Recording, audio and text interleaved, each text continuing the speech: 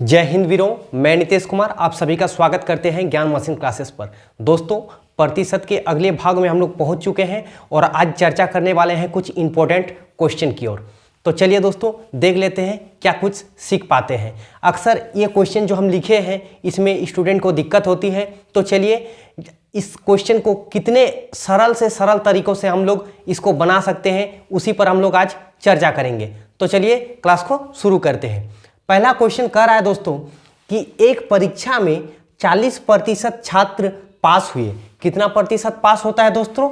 40% छात्र पास हुए और 450 छात्र फेल हो गया। मतलब कोई एग्जाम था दोस्तों, वहाँ पे कुल जो स्टूडेंट थे कुल का 40% छात्र उस एग्जाम में पास कर गए और जो छात्र फेल हुए उसकी संख्या कितनी है? 450। तो बोल रहा है बताओ परीक्षा में कुल कितने छात्र बैठे थे। दोस्तों, हमको यहाँ निकालना है कि कुल कितने छात्र इस एग्जाम में अपीयर हुए थे, यानी एग्जाम को दिए थे, जहाँ पे पास हुआ था 40% और फेल हो गया था आपका 450। तो दोस्तों यहाँ से आप देखिए, हर एक चीज को बारीकी से आप ध्यान दीजिएगा। दोस्तों यहाँ पे कह रहा है कि 40% छात्र पास हो गए। क्या हो गया दोस्तों? पास हो गया। तो अगर दुनिया में आपको भी पता होगा दोस्तों, कोई भी चीज अधिक से अधिक कितना प्रतिशत हो सकता है? तो बोलिएगा गुरुजी कोई भी चीज अधिक से अधिक 100% हो सकता है। ठीक है, तो अगर 100% हो सकता है अधिक से अधिक चीज, तो यहाँ पे 40% अगर पास हुए, 40% अगर पास हुए तो फेल कितना होगा? बोलिएगा सर अगर 40% पास हुए तो जाहिर सी बात है कि 60% फेल हो गए थे। तो चलिए दोस्तों देखो, यहाँ पे 450 जो है दोस्तों ये फेल का बात है, तो हम फेल की तुलना फेल से करेंगे। दोस्तों हम पहले ही बताए थे कि कुल की तुलना कुल से, जिसको निकालना है गुना, तो यहाँ पे फेल कर गए थे तो फेल की तुलना फेल से करेंगे। तो सबसे पहले आप देखिए दोस्तों, यहाँ पे कुल कितना छात्र फेल हो गया? तो यहाँ पे कहिए कि 60% फेल हो गया। बोले सर ये 60 कहाँ से आया? तो अगर 40% पास हुआ तो जाहिर सी बात है 7% यहाँ पे फेल कर जाएगा। तो फेल की तुलना किससे दोस्तों? फेल से। 450 यानी 40% का वैल्यू यहाँ पे मेरा सामने निकल कर क्या आ गया? 450।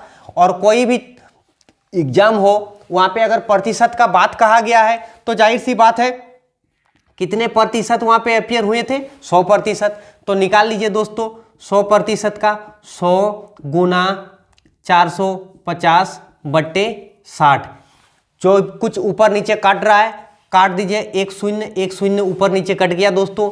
यहाँ पे कटा, आप 3 से 2 बार में काट दीजिए, 15 या 45, इसको फिर एक बार में काट दिए 50 और 15 पचे 75 और एक शून्य, यानी टोटल कितना स्टूडेंट इस परीक्षा में बैठे थे दोस्तों? तो आप कहिएगा गुरुजी 750 स्टूडेंट इस एग्जाम में बैठा हुआ था। दोस्तों अगर कहीं दिक्कत हो रहा है तो आप कमेंट करके बता सकते हैं कि यहाँ समझ में नहीं आया, फिर हम उसको क्लियर कर देंगे। दोस्तों दूसरा क्वेश्चन कर रहा है कि एक व्यक्ति अपने मासिक वेतन का 60% खर्च कर देता है। कितना प्रतिशत खर्च कर देता है दोस्तों? 60% खर्च कर देता है और प्रति माह 800 रुपये की बचत करता है। कितना रुपये की बचत करता है दोस्तों? 800 रुपये की बचत करता है। तो बताओ उस व्यक्ति की मासिक आय कितनी होगी? दोस्तों आय का मतलब ही तो होता है दोस्तों, आय बराबर ही तो होता है बचत प्लस खर्च। जितना हम खर्च किए और जितना बचा यही तो मेरा कुल आय था ना। ठीक है, तो क्या कर रहा है कि 60% खर्च हो गया। तो अगर 60% खर्च हुआ था तो बचाया प्रतिशत में कितना होगा दोस्तों? तो आप कहिएगा सर अगर 60% खर्च हो गया तो बचाया होगा 40%।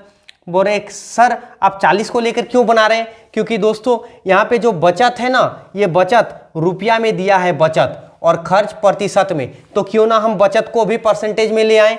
तो बचत प्रतिशत कितना हो गया दोस्तों? 40%। और बचत ऐसे रुपया में कितना है? 800, यानी 40% का वैल्यू कितना हो गया? 800।